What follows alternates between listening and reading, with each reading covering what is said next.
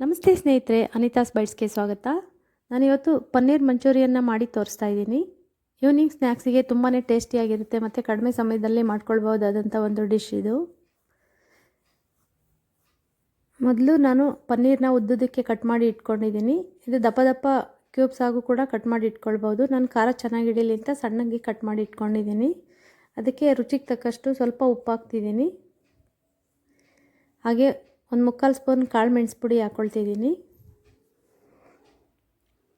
ಅದೆರಡನ್ನೂ ಚೆನ್ನಾಗಿ ಮಿಕ್ಸ್ ಮಾಡಿಬಿಟ್ಟು ಸ್ವಲ್ಪ ಕಾರ್ನ್ಫ್ಲೋರ್ನ ಮಿಕ್ಸ್ ಮಾಡ್ಕೊಳ್ತೀನಿ.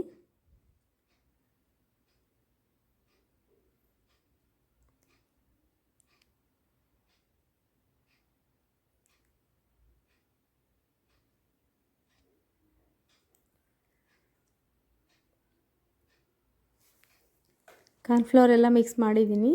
ಇದನ್ನು ಎಣ್ಣೆಯಲ್ಲಿ ಕರ್ಕೊಂಡು ಬಿಡ್ತೀನಿ. ಒಂದು 2.5-3 ನಿಮಿಷ ಎಣ್ಣೆಯಲ್ಲಿ ಕರ್ಕೊಂಡ್ರೆ ಚೆನ್ನಾಗಿ ಕ್ರಿಸ್ಪಿಯಾಗಿ ಬರುತ್ತೆ. ಅದಕ್ಕೆ ಬೇಕಾಗಿರೋ ಇಂಗ್ರೀಡಿಯೆಂಟ್ಸು ಜೋಡಿಸಿಟ್ಕೊಂಡಿದ್ದೀನಿ. ತುಂಬಾ ಸಿಂಪಲ್ಲಾಗಿ ತುಂಬ ಬೇಗನೆ ಮಾಡ್ಕೊಳ್ಬೋದಾದಂಥ ಒಂದು ಡಿಶ್ ಇದು.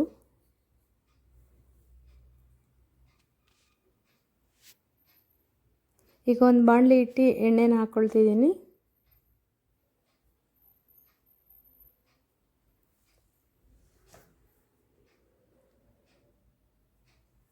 ಎಣ್ಣೆ ಕಾಯ್ದಿದೆ. ಪನ್ನೀರನ್ನ ಕರ್ಕೊಂಡು ಬಿಡ್ತೀನಿ.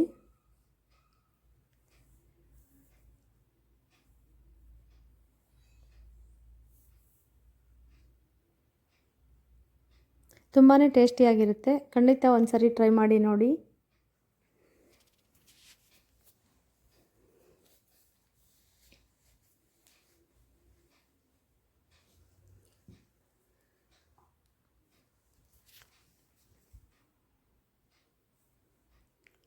ನೋಡಿ, ತುಂಬಾ ಕ್ರಿಸ್ಪಿಯಾಗಿದೆ. ಒಂದು 2 ನಿಮಿಷ ಕರ್ಕೊಂಡ್ರೆ ಸಾಕು.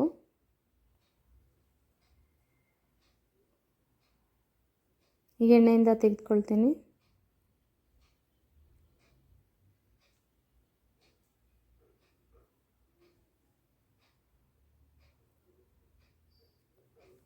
ಈಗ ಇನ್ನೊಂದು ಪಾನ್ ಇಟ್ಕೊಂಡು ಅದೇ ಕಾಯಿಸಿರೋ ಎಣ್ಣೆನ ಒಂದು ಸೌಟ್ ಎಣ್ಣೆನ ಹಾಕ್ಕೊಳ್ತೀನಿ. ನೋಡಿ,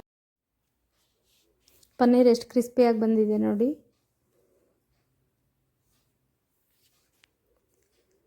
ಒಂದು ಸೌಟ್ ಎಣ್ಣೆನ ಹಾಕ್ಕೊಳ್ತಿದ್ದೀನಿ.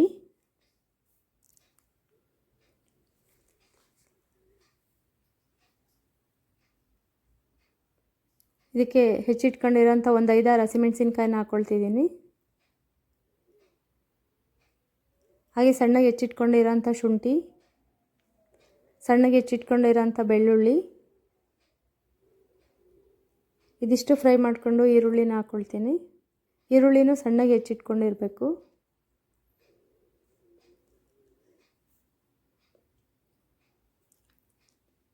ಹಾಗೆ ಹೆಚ್ಚಿಟ್ಕೊಂಡಿರೋಂಥ ಕ್ಯಾಪ್ಸಿಕಮನ್ನು ಮಿಕ್ಸ್ ಮಾಡ್ಕೊಂಡು ಬಿಡ್ತೀನಿ.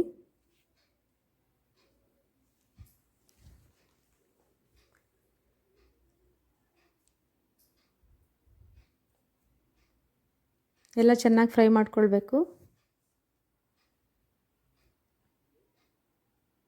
ಈಗ ಒಂದು 2 ಸ್ಪೂನ್ ಸೋಯಾ ಸಾಸ್ ಹಾಕ್ಕೊಳ್ತಿದ್ದೀನಿ.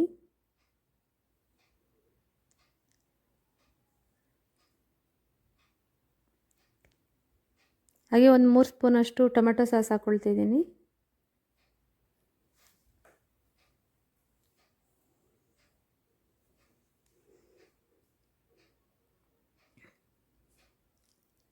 ಹಾಗೆ ಒಂದು ಅರ್ಧ ಸ್ಪೂನ್ ಅಚ್ಚ ಪುಡಿನ ಹಾಕ್ಕೊಳ್ತೀನಿ.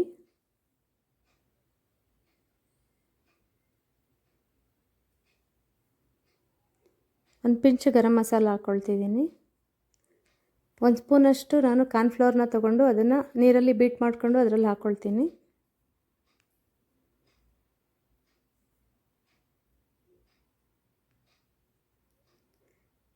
ಗ್ರೇವಿ ಥಿಕ್ನೆಸ್ ಚೆನ್ನಾಗಿರುತ್ತೆ ಅಂತ.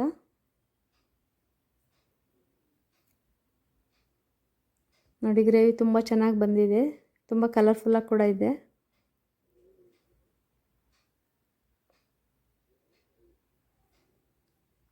ಮಂಚೂರಿಯನ್ ಗ್ರೇವಿ ರೆಡಿಯಾಗಿದೆ. ಈಗ ಕರೆದಿಟ್ಕೊಂಡಿರೋ ಅಂಥ ಪನ್ನೀರನ್ನ ಮಿಕ್ಸ್ ಮಾಡ್ಕೊಳ್ತೀನಿ.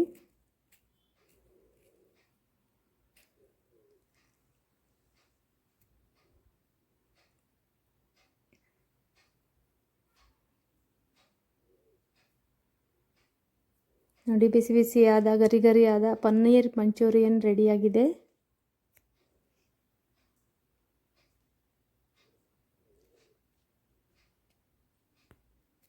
ಲಾಸ್ಟಲ್ಲಿ ಸ್ವಲ್ಪ ಕೊತ್ತಂಬರಿ ಸೊಪ್ಪನ್ನು ಉದುರಿಸ್ಕೊಂಡು ಬಿಡಬೇಕು. ಈ ವಿಡಿಯೋ ನಿಮ್ಗೆ ಇಷ್ಟ ಆಗಿದ್ರೆ ಲೈಕ್ ಮಾಡಿ, ಹಾಗೆ ನನ್ನ ಚಾನಲ್ನ ಸಬ್ಸ್ಕ್ರೈಬ್ ಮಾಡ್ಕೊಳ್ಳಿ. ಧನ್ಯವಾದಗಳು ಸ್ನೇಹಿತರೆ.